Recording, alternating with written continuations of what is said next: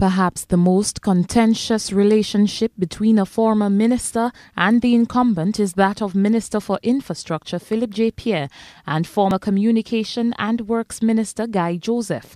Upon assuming office, Phillip Pierre unearthed what he says are major discrepancies in the allotment of funds during the stewardship of Guy Joseph. With almost 3 years in and several contracts declared documents of the House, the two parties are at loggerheads once again in the debate over the controversial $11 million Bois-de-Wanche Bridge. Last week at a press conference, Guy Joseph disputed allegations made by his successor that the numbers for the cost of the bridge were crunched during his tenure. Phillip Pierre had this to say on Tuesday in response. I do not respond to Guy Joseph. He's irrelevant. His history shows. His history is he had $7 million of advance payments before one block was put. His sister worked for and his sister signed a document. I'm not getting involved in that argument. When I'm not getting involved in that, I refuse to respond to that to something that is irrelevant, that is untrue from someone who is in no position to talk about these things.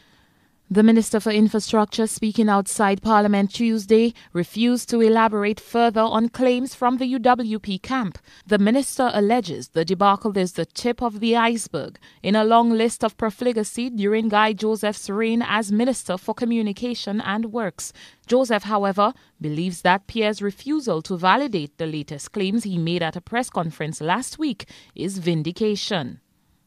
How can the minister squander money when the people responsible for disbursing funds have not been called to account on whether there was any mishandling of funds? I mean, we know how government operates. We know the structures of government and what is in place. So if that is his only defense to this whole matter, then it should lay to rest all the facts in relation to what has transpired over the months as far as information given out. Meanwhile, the partitions have been torn down at the Bois-de-Wanche Bridge, exposing the near-complete infrastructure that will accommodate 4-lane traffic and withstand more severe weather events. Phillip Pierre assures the public that despite the ruckus, the bridge will be open before the end of 2014. Jade Brown, HTS News Force.